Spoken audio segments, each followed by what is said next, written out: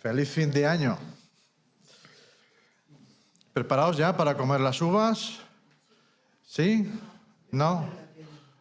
¿No? ¿No hay uvas este año? Lacasitos, al menos. No, yo desde que soy del Señor paso de cosas. ¿Pasas de cosas? Bueno, pues mira, precisamente algo vamos a hablar hoy, de esas cosas. Bueno, vamos a poner en manos del Señor esta reunión. Vamos a pedirle que nos ayude en la alabanza a su nombre esta mañana. Señor, muchas gracias por el día de hoy que nos regalas. Gracias por permitirnos estar aquí. Gracias por la comunión entre tus hijos. Señor, gracias por tus cuidados durante este año. Reconocemos que tú has estado sosteniéndonos durante todo el año, Señor, y te pedimos que nos sigas acompañando y nos sigas guiando, Señor, en el que viene. Te damos gracias por todo, Señor, y te lo pedimos en nombre de tu Hijo amado. Amén. Bueno, llegamos al final de año y solemos tener la sensación de que algo se acaba, ¿no? Se acaba una etapa. ¿Puedes poner la presentación, por favor? Se acaba una etapa, caduca algo viejo y empieza algo nuevo, ¿no? Nos da esta sensación. Lo de aprender inglés y lo de apuntarse al gimnasio creo que ya lo tenemos más que superado. No lo vamos a hacer, yo al menos. Ya paso de apuntarme al gimnasio como nuevo reto. Pero cuando llega la última noche del año, hay no pocas personas que realizan ciertos actos, ¿no? Y ciertos rituales supersticiosos. Y la verdad es que hay unos cuantos. Hay unos cuantos y algunos son bastante curiosos. Algunos que me llamaron la atención y vamos a ver algunos de ellos, ¿no?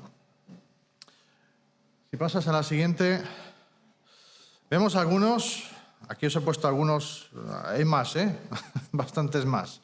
Por ejemplo, cuando llegan las 12 de la noche, tener las ventanas y las puertas abiertas, ¿no? Para que todo lo malo se vaya por las ventanas.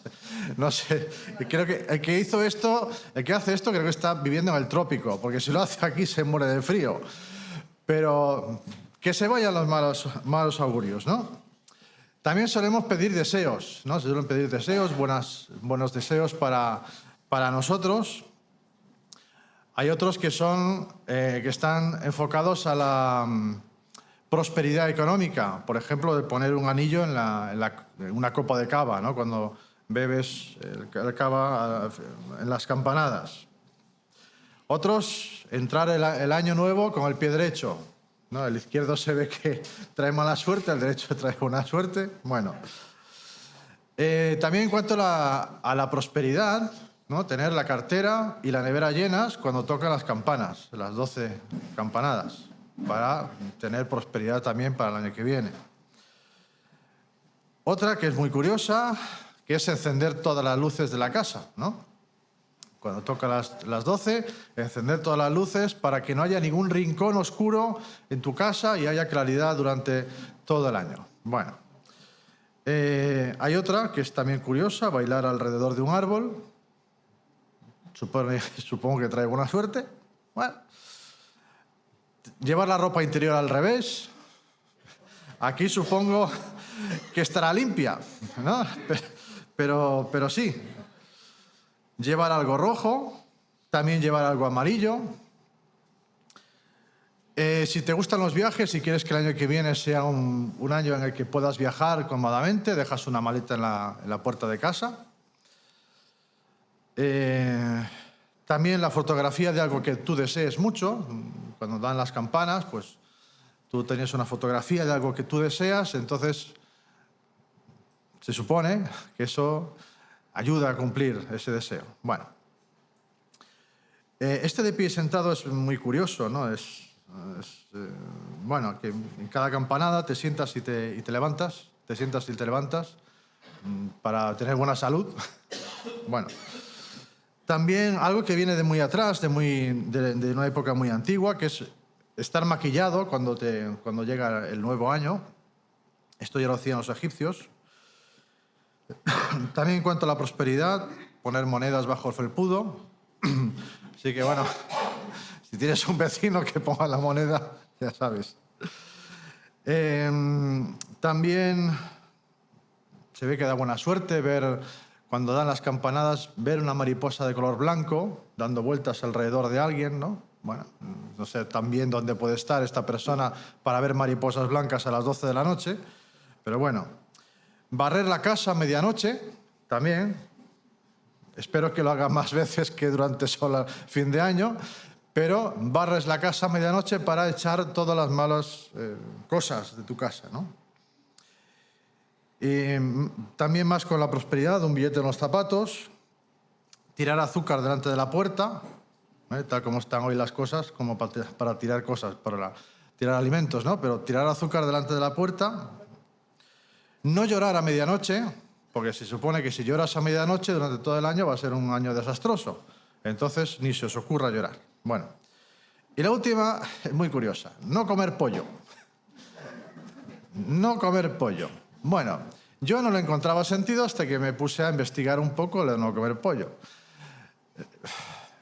Explicándolo un poco así, cuando tú ves un pollo vivo, obviamente, cuando busca comida escarba, ¿no? Escarba en la tierra y escarba hacia atrás. Entonces, si tú comes pollo, tú no quieres que tu vida vaya hacia atrás, sino que vaya hacia adelante, ¿no? Entonces, dándole rocambolescas vueltas, ¿no? Pues no comes pollo para que tu vida no vaya hacia atrás, sino que avance. Bueno, estas son algunas de las cosas que he encontrado, había muchas más, ¿eh? Había muchas más supersticiones de las que la gente pues hace uso, como nos decía Angelita, ¿no? Desde que soy cristiano no hago esas cosas, ¿no? Bueno, ¿qué es una superstición? Según la RAE, puedes pasar, por favor, según la RAE, una superstición es una creencia extraña a la fe religiosa y contraria a la razón. No lo digo yo, lo dice la Real Academia Española. Esta es la definición oficial de superstición. Es decir, la misma definición nos explica muy bien la naturaleza de la superstición. No tiene cabida en la fe religiosa o en una divinidad, porque tú ya pones tu fe en ese Dios o en esa divinidad. Por lo tanto, no lo vas a poner en otra cosa, ¿no? No necesitas depositarla en ciertos rituales.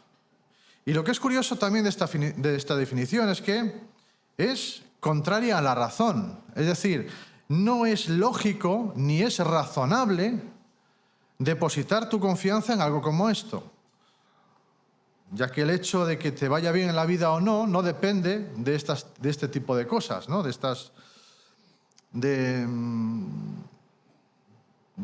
Todas estas cosas que hemos visto, ¿no? Pero hay gente que sí cree que de alguna manera esto va a afectar a las circunstancias y aquello que acontece en tu vida. Pon la siguiente. Pero claro, ¿quién domina las circunstancias? ¿Por qué pasan las cosas que pasan? ¿Depende de comer pollo o de no comerlo? ¿De que pongas un billete en el zapato? ¿De que bailes alrededor de un árbol?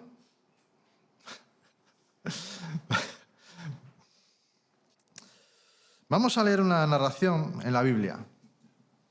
Cuando leemos una narración, una historia que se nos cuenta en la Biblia, tenemos que saber que el objetivo es enseñarnos algo a través de los personajes que aparecen en esa historia. Y no es lo mismo cuando tú lees las cartas de Pablo, que encierran pues, enseñanzas teológicas. No es lo mismo cuando tú lees los salmos, que es poesía. Tampoco es lo mismo cuando lees libros proféticos. Cuando tú lees una historia, no lees una narración en la Biblia, esa narración te enseña algo a través de los personajes que van apareciendo en esa historia. Y ahí tenemos una historia que mientras la leemos, vamos a intentar sumergirnos en ella. Y vamos a ir preguntándonos qué me enseña cada personaje que va apareciendo en la historia. Van a ir apareciendo ciertas personas o ciertos personajes y nosotros vamos a intentar ir descubriendo qué nos enseña cada uno de ellos. Nos vamos a ir a Hechos, el libro de Hechos de los Apóstoles, vamos a ir al capítulo 12 y lo vamos a leer, vamos a leer todo el capítulo. Un momento.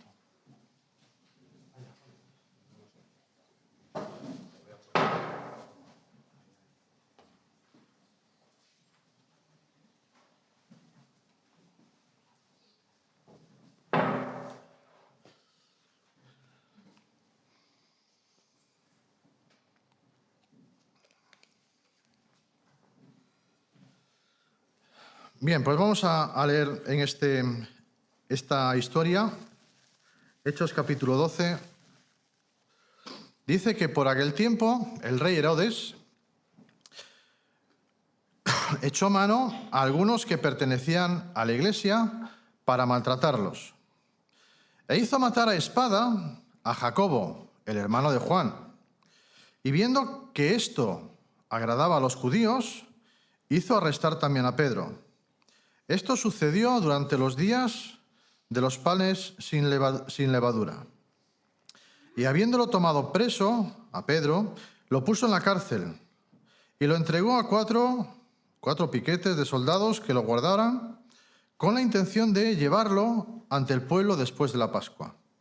Así pues, Pedro era custodiado en la cárcel, pero la iglesia hacía oración ferviente a Dios por él. Y esa noche, cuando Herodes estaba a punto de sacarlo, Pedro estaba durmiendo entre dos soldados, sujeto con dos cadenas, y unos guardias delante de la puerta custodiaban la cárcel. Y he aquí se le apareció un ángel del Señor y una luz brilló en la celda. Y el ángel tocó a Pedro en el costado y lo despertó diciendo: «Levántate pronto». Y las cadenas cayeron de sus manos.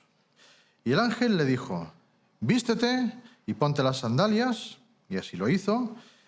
Y le dijo al ángel: «Envuélvete en tu manto y sígueme». Y saliendo de la cárcel, lo seguía. Y no sabía que lo que hacía el ángel era de verdad, sino que creía estar viendo una visión.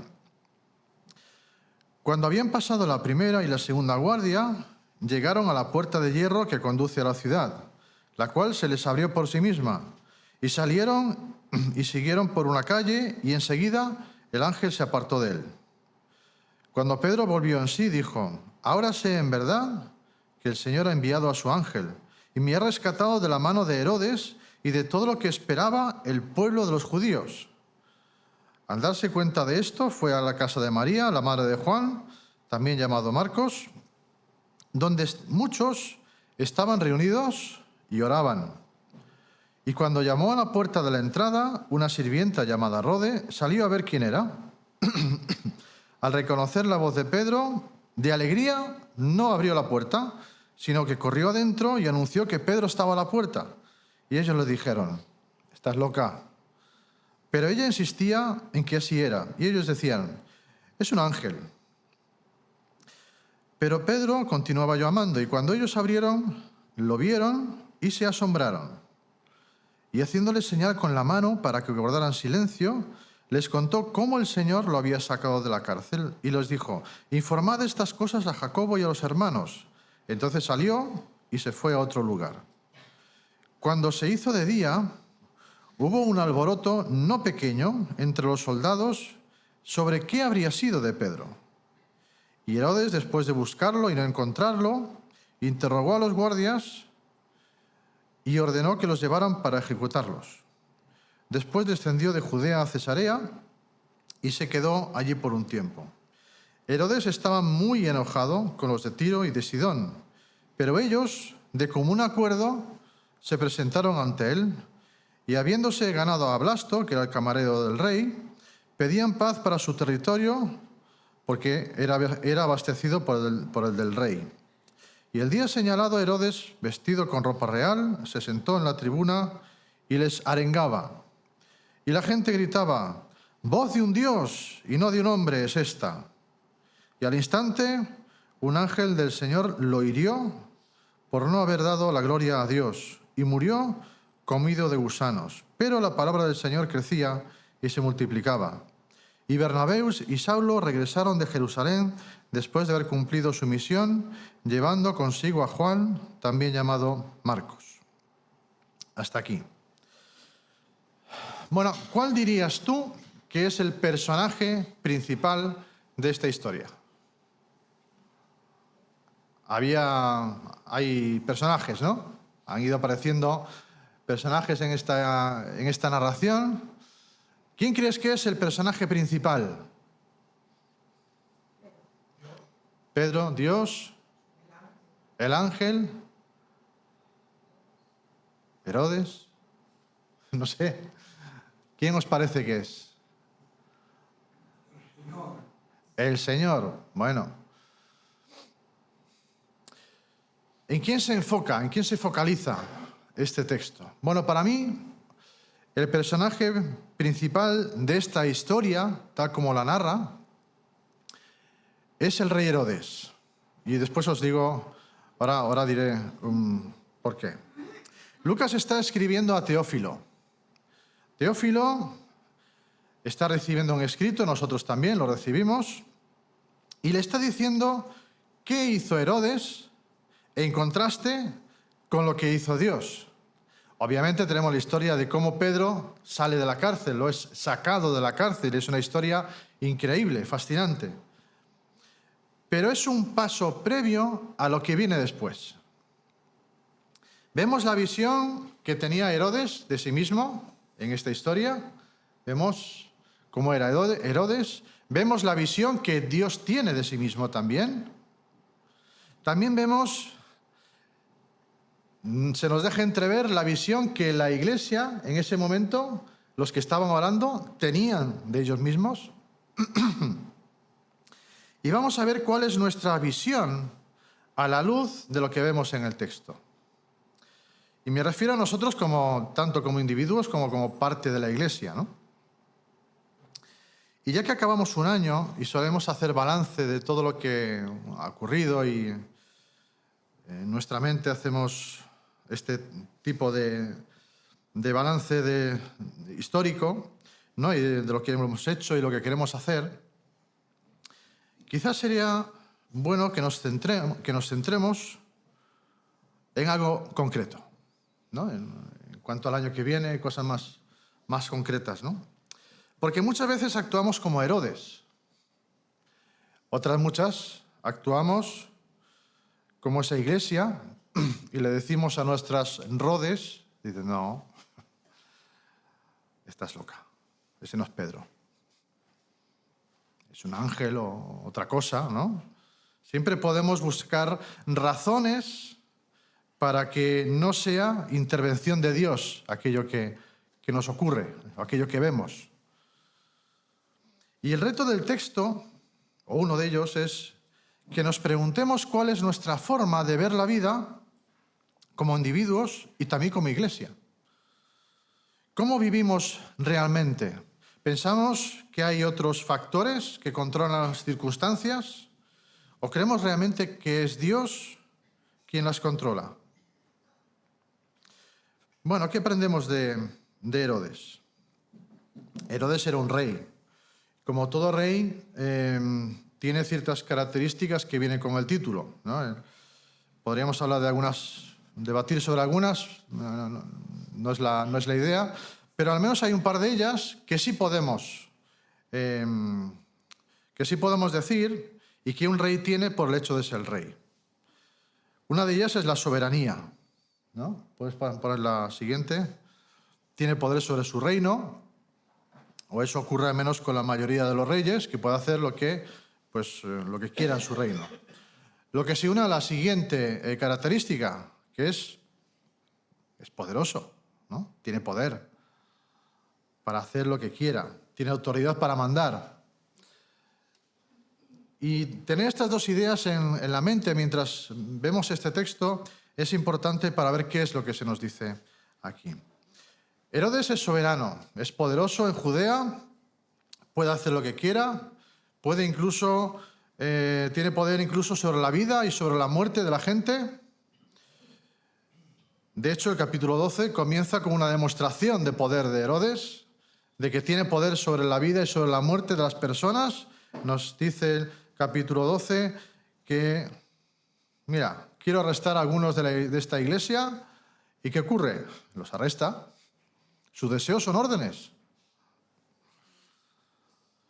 ¿Los quiere castigar? Pues los castiga. Tiene la vida de la gente en sus manos. Por lo tanto, él utiliza ese poder. No hay nada que Herodes no pueda hacer si quiere hacerlo o mandar que lo hagan. Absolutamente nada. Versículo 2, Jacobo, hermano de Juan, lo mandó matar a espada. ¿Quién lo mandó? Herodes. Tenía ese poder. Tenía poder sobre la vida de los demás.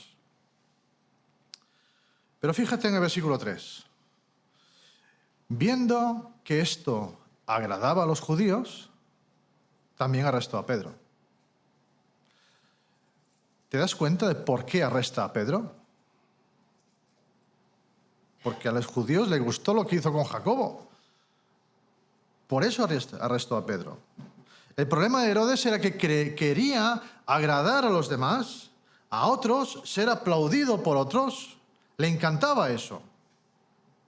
Y esto es algo que vemos también al final del texto. Le encanta que la gente tenga un buen concepto de él. No cabe en sí cuando hablan bien de él, ¿no? Eso le encanta a Herodes. Bueno, solo un detalle antes de continuar. La tinta para escribir en ese momento era muy cara cuando Lucas escribía, ¿no? Así que si leemos ciertos detalles, si vemos que el autor se para a darnos detalles concretos, es porque eso es importante. No es que está malgastando la tinta, ¿no? No son detalles que están por estar, sino que son importantes esos detalles, ¿no? Nosotros ahora escribimos un WhatsApp porque no nos cuesta, bueno, eso creemos, que no nos cuesta y escribimos un montón de cosas. Pero en ese tiempo, escribir era caro. Y si tenemos detalles, es importante tenerlos en cuenta porque son importantes. Fijaos qué detalles vamos a tener aquí en el versículo 4. Puedes poner la siguiente diapositiva, por favor. Dice versículo 4, habiéndolo tomado preso a Pedro, lo puso en la cárcel, entregándolo a 4 piquetes de soldados para que lo guardaran, con la intención de llevarlo ante el pueblo después de la Pascua. Es decir, 4 grupos de 4 soldados cada uno, 16 soldados para guardar a Pedro. Lucas quiere que prestemos atención a este detalle, porque podría decir que lo metió en la cárcel y ya está. ¿Para qué decir más cosas, no? Lo ha metido allí.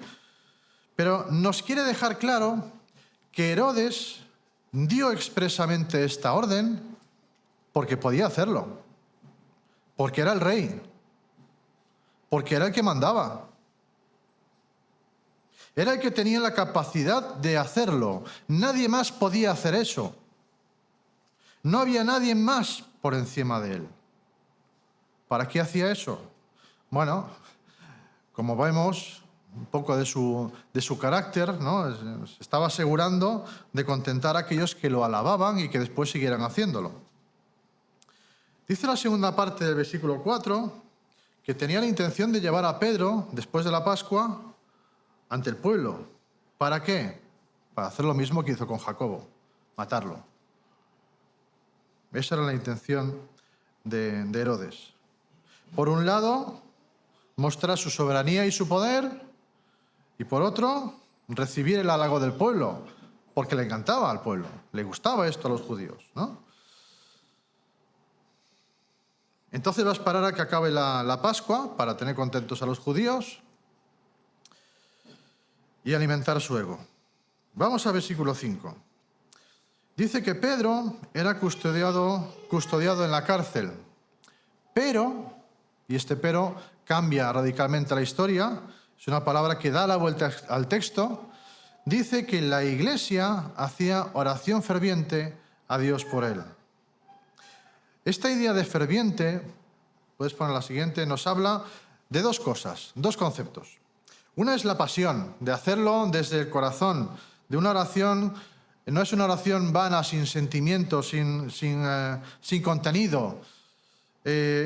No, es una oración sentida, que de verdad estás pidiendo a Dios por esa situación, por esa persona. Estás poniendo toda tu atención en esa petición.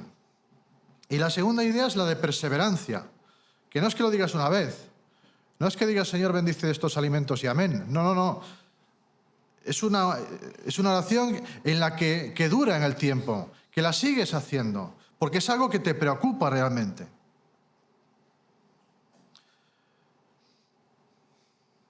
Y claro, una idea alimenta a la otra. Cuanta más pasión, más persevero. Y cuanto más persevero, más me apasiona, ¿no? Más apasionado se vuelve. Es la idea de no parar de orar por eso. De no parar, insistentemente. Con todas tus fuerzas, toda tu concentración y toda tu atención está en esa petición. Y ahora fíjate cómo Dios hace las cosas, en versículo 6. Esa noche, cuando Herodes estaba a punto de sacarlo, Pedro estaba durmiendo entre dos soldados, sujeto con dos cadenas, y unos guardias custodiaban la puerta de la cárcel. Justo en ese momento en el que la iglesia estaba orando para que Dios interviniera, para que el rey Dios sacara a Pedro de la cárcel, hay otro rey, Herodes, que está interviniendo y quiere sacar a Pedro de la cárcel, para matarlo, claro. En ese momento la gente está orando y Dios decide intervenir, justo en ese momento. Hay un enfrentamiento de poderes. Aquí hay un rey, Herodes, que tiene el control absoluto, y hay un grupo de personas que lo único que pueden hacer es encerrarse en su casa y orar, pero que no pueden hacer nada físicamente hablando para ayudar a Pedro. No pueden ir allí, sacarlo de la cárcel o cualquier cosa, no podían hacer nada. Se encierran a orar. Lo único que pueden hacer es pedirle a otro rey que tome cartas en el asunto. Pedro está atado con dos cadenas y está durmiendo. Pedro sabía que no iba a ir a ningún sitio. Lo sabía perfectamente. Está dormido. Pedro no está esperando un milagro en ese momento, ¿no? De hecho, cuando el ángel lo saca, él pensaba que estaba viendo que era una visión, que era un sueño, que no era real lo que estaba viviendo, ¿no? Pero fíjate en los detalles que nos da Lucas. Pedro estaba entre dos soldados, atado a dos cadenas, y unos guardias estaban delante de la puerta custodiando la cárcel.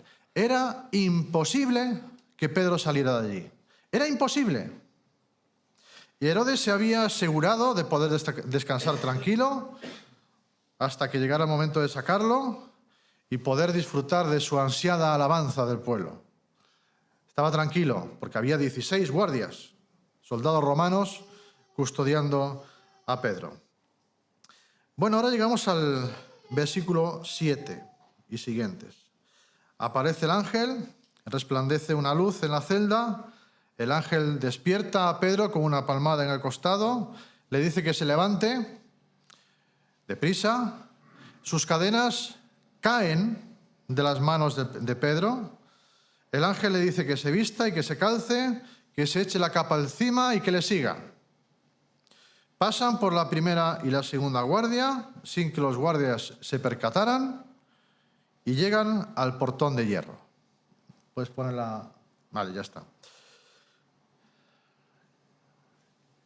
Lucas añade el detalle de que el portón de hierro se abrió por sí solo. Nadie lo empujó, nadie lo abrió, se abrió solo. Aquí os pongo dos imágenes representativas. La de la izquierda es una celda interior de la cárcel mamertina de Roma, en la que Pablo estuvo, y la de la derecha es la entrada a una cárcel medieval. No es romana, ¿no? Pero para hacernos una idea, a la derecha hacernos una idea de cómo podría ser un portón de entrada a una prisión, ¿no? Y fíjate cuántos detalles nos da Lucas para que nos quede claro que es Dios el que está detrás de esto.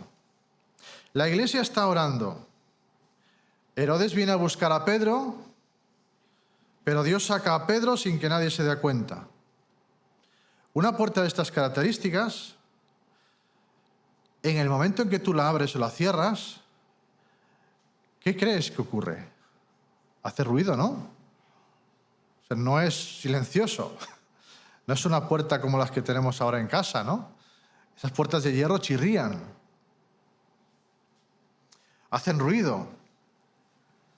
La gente tenía que enterarse cuando una puerta de estas se abre o se cierra. Y nadie se enteró de nada.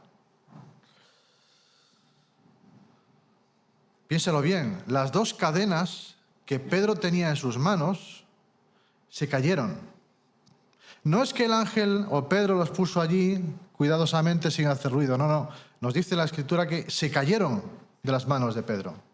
Unas cadenas cuando se caen hacen ruido, ¿no?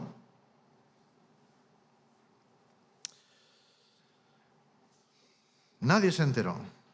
Pedro y el ángel pasan por delante de las dos guardias, y nadie se entera.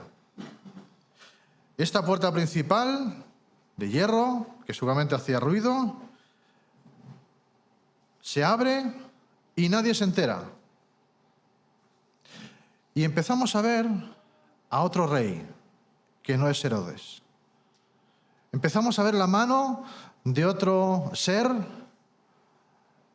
que tiene poder, pero que no es Herodes.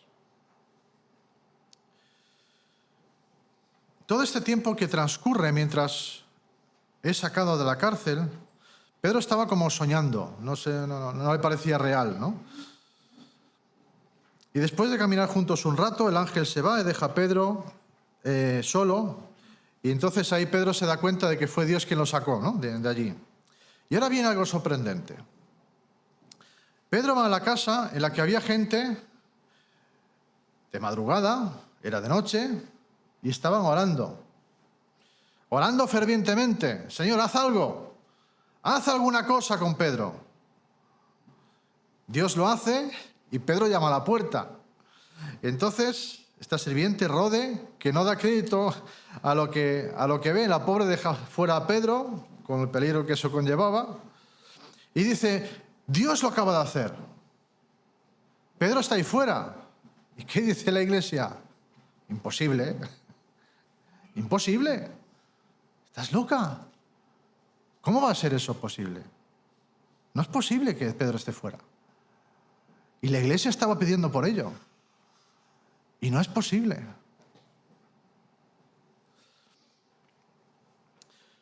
Recapitulamos. Herodes está convencido de que Pedro no va a ir a ningún sitio. Los soldados están convencidos de que Pedro no va a ir a ningún sitio. Pedro está convencido de que él no va a ir a ningún sitio. La iglesia está convencida de que Pedro no irá a ningún sitio. Y Dios interviene y uno dice: hombre, pero qué poca fe, ¿no? Estos que estaban ahí orando. No sé, pero me pongo en su piel, yo sería realista también, ¿no? Ellos estaban siendo realistas, porque es imposible que Pedro vaya a ningún sitio. Es imposible que Dios haga algo en estas circunstancias. Es imposible que lo haga. En un mundo que está controlado por alguien como Herodes, que tiene control absolutamente de todo, que tiene poder sobre la vida de los demás, es imposible que Dios haga algo. En una sociedad que ha arrinconado a Dios por completo, en la que Dios no cuenta para nada, es imposible que Dios haga algo. ¿Cómo se va a manifestar Dios en una sociedad como esta? Es imposible.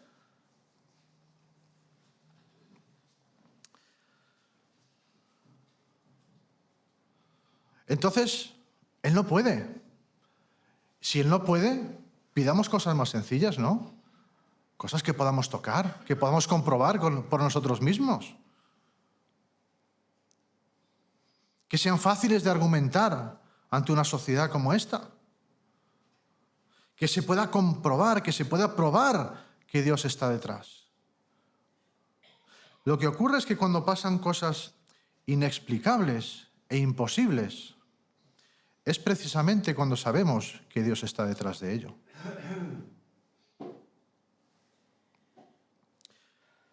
Dios sí actúa, hace milagros. Precisamente en esta época de Navidad hemos vivido uno, aquí en esta iglesia. Era imposible que Ana se salvara. Era imposible. Los médicos ya habían dicho que no había esperanza alguna para ella. Y sin embargo Dios intervino. ¿Y por qué sabemos que Dios intervino? Porque era imposible.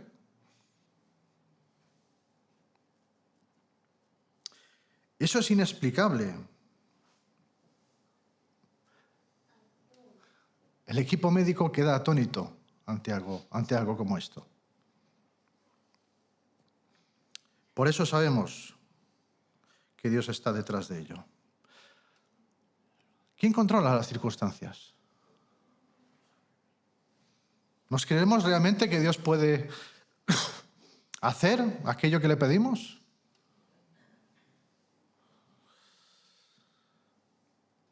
Vamos a seguir un poco más. Y ya terminamos. Pedro es apresado, es encarcelado y atado, custodiado por 16 soldados. La iglesia ahora, Dios manda un ángel, Pedro es liberado con una facilidad increíble, nada se interpone en el camino. Nos vamos al versículo 18, dice que se arma un follón, no pequeño, es decir, un buen follón entre los soldados, porque se dan cuenta de que Pedro no está. ¿Dónde se ha metido? Si era imposible que se escapara. ¿Cómo ha podido pasar? Versículo 19, Herodes intenta averiguar qué ha pasado, pero como no puede, entonces ejecuta a los guardias. Y bueno, aquí podría acabarse la historia. Se acabó la historia con Pedro. Nadie sabe dónde está, después aparece, pero aquí se acaba la historia, o podría acabarse la historia. Pero no lo hace. Por eso dije que al principio que para mí Herodes era el personaje principal de la historia, porque el versículo 20 sigue con Herodes. Ya no nos habla más de Pedro. Lucas sigue queriéndonos enseñar alguna cosa, contar algo más sobre lo que pasa aquí. No se acabó la historia, esto sigue. Es curioso que en la Biblia tengamos escrito cómo muere Herodes y no tengamos datos acerca del César, ¿no? El único creo que tenemos es el César Augusto, pero me parece que lo ponen para contextualizar una fecha, ¿no? Pero aquí sí se nos dice cómo muere Herodes. Herodes estaba furioso con los de Tiro y los de Sidón. Entonces estos se ponen de acuerdo para venir a verle. Y fueron a verle porque necesitaban a Herodes para tener las provisiones. No es porque les cayera bien, ni mucho menos, lo necesitaban. Herodes se sienta en su trono con sus ropas reales y da un discurso que enciende las emociones del pueblo. Y entonces el pueblo responde y dice: tú no eres un hombre, eres un Dios. Y en ese instante, precisamente en ese instante, a Herodes ni le dio un infarto, ni le dio un derrame cerebral. Lucas nos quiere dejar muy claro quién está detrás de todo esto. Un ángel del Señor lo hirió. No fue un accidente, no se cayó por las escaleras, ni se cayó del caballo, ni del carro. Fue Dios quien lo hace. Fue algo a propósito llevado a cabo por Dios, porque no le había dado la gloria a Dios. ¿Quién es el rey? ¿Quién tiene la autoridad en Judea? ¿Quién tiene la autoridad en Barcelona?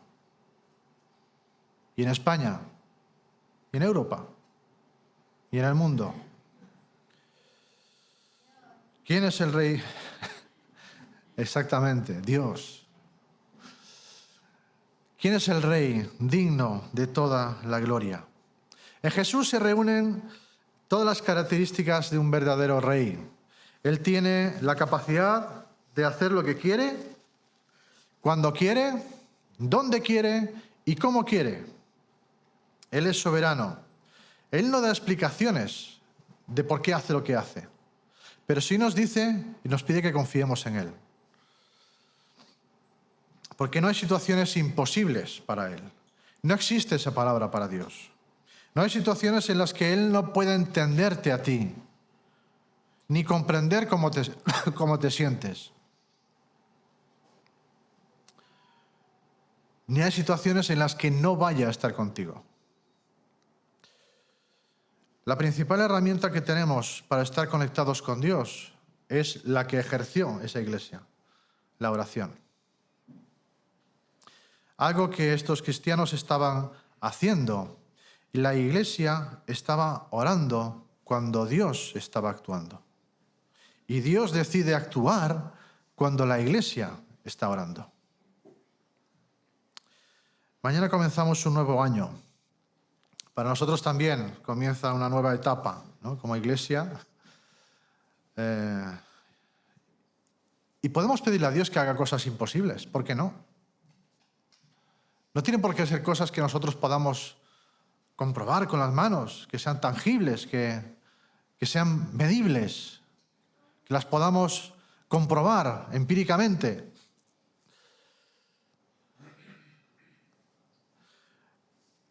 Podemos pedirle cosas que sean tan asombrosas que la única explicación es que vengan de Él.